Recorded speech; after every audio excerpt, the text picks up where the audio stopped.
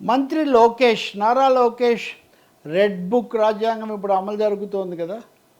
దాని ప్రకారం ఆంధ్రప్రదేశ్లో గత ప్రభుత్వంలో తప్పులు చేసిన, ఆరోపణలు ఎదుర్కొన్న, దాడులకు పాల్పడిన ఇలాంటి నాయకులు, మాజీ మంత్రులు, వాళ్ళ అనుయాయులు, కుటుంబ సభ్యులు వీళ్ళు రకరకాల కేసులు ఎదుర్కొంటున్నారు. వాటి మీద విచారణ, వాళ్ళు ముందస్తు బెయిల్ తెచ్చుకోవడం, ఇదొక ప్రక్రియ జరుగుతోంది. ఈరోజే లోకేష్ ఎక్కడో చెప్పారు గట్టిగా, నా రెడ్ బుక్ అనే దానికి నేను ప్రజల ఆమోదం పొందాను, ఎన్నికల్లో మేము ఘన విజయం సాధించాము, కాబట్టి తప్పు చేసిన వాళ్ళు ఎవరినైనా చట్టరీత్యా మేము శిక్షిస్తాము, వదిలిపెట్టేది లేదని ఆయన చాలా గట్టిగా ప్రకటించారు. అది ఎలాగో జరుగుతుంది. ఈరోజు కూడా అవినాష్ను శంషాబాద్ విమానాశ్రయంలో అడ్డుకున్నారని, అక్కడ జోగి రమేష్ పోలీసులు సమన్ల మీద హాజరయ్యారని వార్తలు వస్తున్నాయి. ఇది ఒక భాగం అయితే, గతంలో ముఖ్యమంత్రిగా ఉన్న జగన్మోహన్ రెడ్డి మీద కేసులు, ఇప్పుడు ముఖ్యమంత్రి అయినటువంటి చంద్రబాబు నాయుడు మీద గతంలో జగన్ ప్రభుత్వం పెట్టిన కేసులు, ఇవి ఇప్పుడు న్యాయస్థానాలకు వస్తున్నాయి. ఇది ఆసక్తికరమైంది. ఈ కేసులు రెడ్ బుక్ కానీ ఇప్పుడు రాష్ట్ర రాజకీయాలతో కానీ సంబంధం లేదు. ఇవి పూర్తిగా న్యాయ ప్రక్రియకు, న్యాయ వ్యవస్థకు సంబంధించినటువంటివి. జగన్ కేసులు సిబిఐ కోర్టులో వేగంగా రోజువారీగా విచారించి త్వరగా తేల్చండి అని సుప్రీంకోర్టు ఆదేశించింది. తెలంగాణ హైకోర్టు కూడా ఆదేశించింది. అక్కడ సిబిఐ కోర్టులో న్యాయమూర్తులు ఊరికే బదిలీలు, లేకపోతే రిటైర్మెంట్లు, పదవి విరమణలు వీటి వల్ల పూర్తి కావడం లేదంటే ఆగ్రహం వ్యక్తం చేసి దానికోసం ప్రత్యేకమైన ఏర్పాట్లు కూడా చేశారు. అది ఎప్పుడు జరుగుతుంది, ఏమవుతుంది మనం ఇంకా చూడాలి. రఘురామకృష్ణరాజు ఇప్పుడు ఎమ్మెల్యే, గతంలో ఎంపీ, జగన్కు మీద ఆయన విమర్శలు అవన్నీ మనకు తెలుసు కదా, గట్టిగా పోరాడిన మనిషి. ఆయన ఒక కేసు వేస్తే సుప్రీంకోర్టు దాన్ని విచారిస్తూ తప్పకుండా త్వరితంగా ఎందుకు తేల్చడం లేదు, ఇంత ఆలస్యం ఎందుకు అవుతుందని అడిగారు. అడిగింది కానీ అదే న్యాయమూర్తులే సిబిఐ కోర్టుకు మీరు ఒక డైరెక్షన్, ఆదేశం ఇవ్వండి, ఇంత లోపల పూర్తి చేయాలి అని అడిగితే అది మేమేలా చెప్తాము, విచారించేవాళ్ళు విచారించాలి కానీ మేము అలా ఉత్తర్వులు ఇవ్వలేము, ఫలానా తేదీ లోపల పూర్తి చేయమని న్యాయమూర్తులు అన్నారు. వాళ్ళు ఏం చెప్తారనేది ఒకటైతే, ఈ లోపల ఇంకా రెండు కొత్త పరిణామాలు. ఒకటి, అంతకుముందు తెలంగాణ హైకోర్టు, సిబిఐ కోర్టు వీటిలో విచారిస్తున్నప్పుడు ఒక ముఖ్యమైన ఇది వచ్చింది. ఏమని అంటే, సిబిఐ కేసులు ఉన్నాయి, ఈడీ కేసులు, ఎన్ఫోర్స్మెంట్ డైరెక్టరేట్ కేసులు ఉన్నాయి. సిబిఐ కేసులు జరిగిన తప్పుకు లేకపోతే అక్రమానికి, ఆరోపణకు సంబంధించినవి. ఆ దాంట్లో వచ్చింది, చేతికి అందింది, చేతులు మారింది అని చెప్తున్న డబ్బు ఎలా నడిచింది, ఎవరి నుంచి ఎవరికి వచ్చింది, తర్వాత ఎవరికి వెళ్ళింది, మనీ ట్రయల్ అంటారు. ఈ డబ్బు కదలికలకు చూసేది ఎన్ఫోర్స్మెంట్ డైరెక్టరేట్. ఈ రెండు కేసులు పెట్టారు.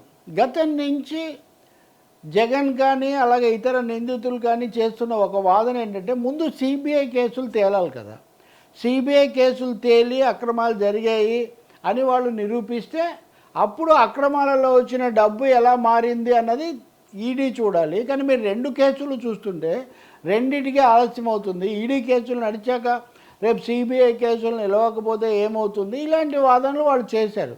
సిబిఐ న్యాయస్థానం దాని మీద ఒక వైఖరి తీసుకుంది. లేదు, ఇవి రెండు వేరువేరు కేసులు. డబ్బు ఎలా సంచరించింది, ఎలా చేతులు మారింది అనే కేసు వేరు, రాజ్యాంగబద్ధమైన అధికారాలు ఉల్లంఘించి ఏం చేశారు అనే కేసు వేరు. ఇవి రెండు ఏకకాలంలో సైమల్టేనియస్గా నడవాల్సిందే అని సిబిఐ కోర్టు చెప్పింది. సిబిఐ కోర్టును తెలంగాణ హైకోర్టులో సవాల్ చేస్తే తెలంగాణ హైకోర్టు కూడా అదే చెప్పింది, రెండు జరుగుతాయి అని. హైకోర్టు చెప్పింది నిజమే, ముందు సిబిఐ కేసులు తేల్చండి అని చెప్పింది. హైకోర్టు చెప్పిన దాన్ని సిబిఐ సుప్రీంకోర్టులో సవాల్ చేసింది. సుప్రీంకోర్టులో ఇప్పుడు కేసు వచ్చింది. సుప్రీంకోర్టులో కేసు వస్తే అంటే సిబిఐ కేసులు అయిన తర్వాతే ఈడీ కేసులు చూడాలి, అంటే సమయం పడుతుంది అని. సిబిఐ కేసులు ఎప్పుడు తేలుతాయి, అదే అర్థం కావట్లేదు కదా. అందుకని ఇది వచ్చినప్పుడు ఆ కేసు విచారణకు తీసుకోగానే ధర్మాసనంలో ఉన్న ఇద్దరిలో ఒకరైనటువంటి జస్టిస్ సంజయ్ కుమార్, ఆయన తెలంగాణకు చెందిన గతంలో న్యాయమూర్తి, హైకోర్టులో ఉన్న ఆయన నేను ఈ కేసు నుంచి తప్పుకుంటున్నాను అని ఆయన దాని నుంచి ఆయన తప్పుకున్నారు. సో ఇప్పుడు ఆ కేసు మళ్ళీ వాయిదా పడింది. ఎప్పుడు వస్తుంది విచారణకు, అప్పుడు ఎలాంటి వాదనలు వస్తాయి, సుప్రీంకోర్టు దీని మీద ఏ వైఖరి తీసుకుంటుంది, హైకోర్టు తీర్పును ఆమోదిస్తుందా లేదా, ఇవన్నీ చూడాలి. కానీ సమయం పడుతుంది, ఏదో వెంటనే తేలే అవకాశం లేదనేది ఒకటి అర్థమవుతుంది. చంద్రబాబు కేసులు, ఇప్పుడు చంద్రబాబు బ్రహ్మాండమైన మెజార్టీతో గెలిచి ముఖ్యమంత్రిగా ఉన్నారు కాబట్టి ఆ కేసులు వాటి స్వభావం నేపథ్యం వేరు కాబట్టి ఈ విధమైన చర్చ జరగడం లేదు. కానీ తెలంగాణ హైకోర్టులో తిలక్, కేబీజీ తిలక్ అనే జర్నలిస్ట్, స్వర్ణాంధ్ర ఎడిటర్ అయిన ఆయన ఒక కేసు వేశారు. చంద్రబాబు మీద కేసులన్నీ కలిపి సిబిఐకి అప్పగించాలి అని. ఇప్పటివరకు సిఐడి లేదా రాష్ట్ర అధికారులే దీన్ని చూస్తున్నారు. రాష్ట్ర ప్రభుత్వమే ఆయన చేతుల్లో ఉన్నప్పుడు దానికి సంబంధించిన కేసులు ఆ ప్రభుత్వం ఎలా వాదించగలుగుతుంది, ఎలా వాటిలో గట్టిగా నిలబడగలుగుతుంది. కాబట్టి ఈ కేసులు సిబిఐకి అప్పగించాలన్నది ఆయన యొక్క పిటిషన్ సారాంశం. అది తెలంగాణ హైకోర్టు ముందు ఈ వారం విచారణకు వచ్చింది. దాన్ని విచారించినప్పుడు కూడా వాళ్ళు ఈ ప్రశ్నలు వేశారు. నిజమే కదా, ఎవరైతే నిందితులుగా ఉన్నారో నిజానిజాలు కోర్టు తేల్చొచ్చు. దాని మీదే కదా చంద్రబాబు నాయుడు అరెస్ట్ కావడం, జైల్లో ఉండటం, ఆయనకు చాలా సానుభూతి కూడా రావటం, ఇవన్నీ మనం చూసాం. కాబట్టి ఇప్పుడు మళ్ళీ ఆయనే ముఖ్యమంత్రిగా ఎలా చేస్తాడు, తన ఫైల్స్ తనే ఎలా చూస్తారు, చూస్తే ఏమవుతుంది, ఇలాంటి ప్రశ్నలు కోర్టు ముందు వీళ్ళు లేవనెత్తారు. న్యాయస్థానం నిజంగా ఈ ప్రశ్నల్లో కొంచెం ఆలోచించాల్సిన అవసరం ఉందని వాళ్ళు కూడా కొన్ని ప్రశ్నలు వేసిన తర్వాత మళ్ళీ దీన్ని నవంబర్కు వాయిదా వేశారు. అంటే మొత్తం మీద చెప్పాలంటే ఇది సిబిఐకి అప్పగించాలా. ఇప్పటికే సిబిఐకి అప్పగించిన జగన్ కేసులేమో అలా ఉన్నాయి, అవి ఎప్పటికి తేలుతుందో తెలియడం లేదు. ఇప్పుడు కొత్తగా చంద్రబాబు కేసులు కూడా ఈ ఒక 4-5 కేసులు ఉన్నాయి. వీటన్నింటినీ అందులో ముఖ్యమైనది స్కిల్ డెవలప్మెంట్ స్కామ్. అది నిజం కాదు, కల్పితం అనేది తెలుగుదేశం వాదన. ఇప్పుడు కొత్తగా ప్రభుత్వంలోకి వచ్చారు కాబట్టి ఏం చేస్తారనేది ఒకటి, ఆ పత్రాలు తారుమారు చేస్తారు అని. అంటే గతంలో జరిగిన కేసుల పత్రాలు తారుమారు చేశారని జగన్ హయాంలో అధికారులుగా పనిచేసిన వాళ్ళు, మంత్రులు చాలామంది ఆరోపణలు ఎదుర్కొంటున్నారు. ఆ కేసులు నడుస్తున్నాయి. ఇప్పుడు కొత్తగా ఇప్పుడు మళ్ళీ వచ్చినటువంటి చంద్రబాబు నాయుడు ప్రభుత్వంలో కూడా అలాగే జరుగుతుందేమో, ఆయన కేసుల నుంచి ఆయన తప్పిస్తారేమో అని ఈ పిటిషన్.